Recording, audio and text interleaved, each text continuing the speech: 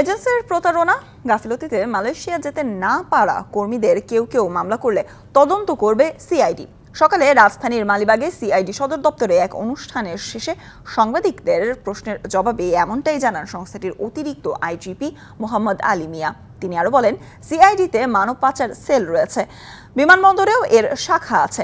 কেউ বিদেশে যাওয়ার সময় প্রতারণার শিকার হলে সেসব তথ্য সংগ্রহ করা হয়ে থাকে। ভুক্তভোগী মামলা করলে ব্যবস্থা গ্রহণ করা হবে। মালয়েশিয়া যাওয়ার ক্ষেত্রে কেউ মামলা করলে ব্যবস্থা গ্রহণ করা হবে। এসব মামলায় মানব পাচারের পাশাপাশি অবৈধ লেনদেন ও অর্থ পাচারের বিষয়গুলোও খতিয়ে দেখা হয়।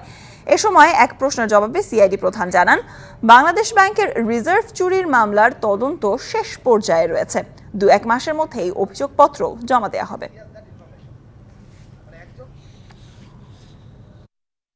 মালয়েশিয়া শ্রম যাওয়ার বিষয় যে একটা এয়ারপোর্টে আমরা দেখেছি, ওইটার বিষয়ে যদি কোনো সংক্ষুব্ধ কেউ যদি মামলা করে সেক্ষেত্রে আমরা আইনগত ব্যবস্থা গ্রহণ করব। যে ইল্লিগালভাবে পাঠানো এবং ইল্লিগালভাবে টাকা আয় করে অন্য হস্তান্তর রূপান্তর করেছে বা মানি লেয়ারিং হয়েছে মানি লন্ডারিংয়ে, সেগুলো আমরা মানি লন্ডারিং আইনে আওতায় নিয়ে আসবো।